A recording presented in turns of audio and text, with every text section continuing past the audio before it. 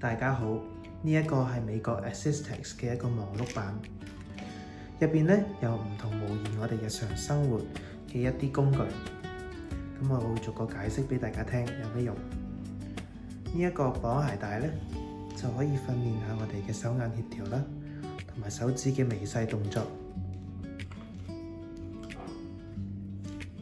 呢一個漏斗咧係可以旋轉嘅，就可以訓練我哋嘅專注力。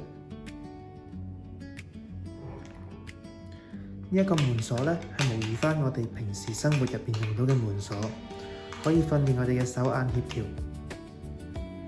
扣鈕可以訓練我哋手部微小嘅肌肉。呢一個密碼鎖咧可以提供觸覺嘅刺激，同埋可以訓練我哋手部微小嘅肌肉。藥盒亦都係一樣，可以訓練我哋一啲好微小嘅手部動作啦。呢一個插頭咧可以訓練到我哋嘅手眼協調。而呢一個扭嘅掣咧，係可以模擬到我哋平時開冷氣或者開風扇嘅一啲動作，旋轉嘅動作。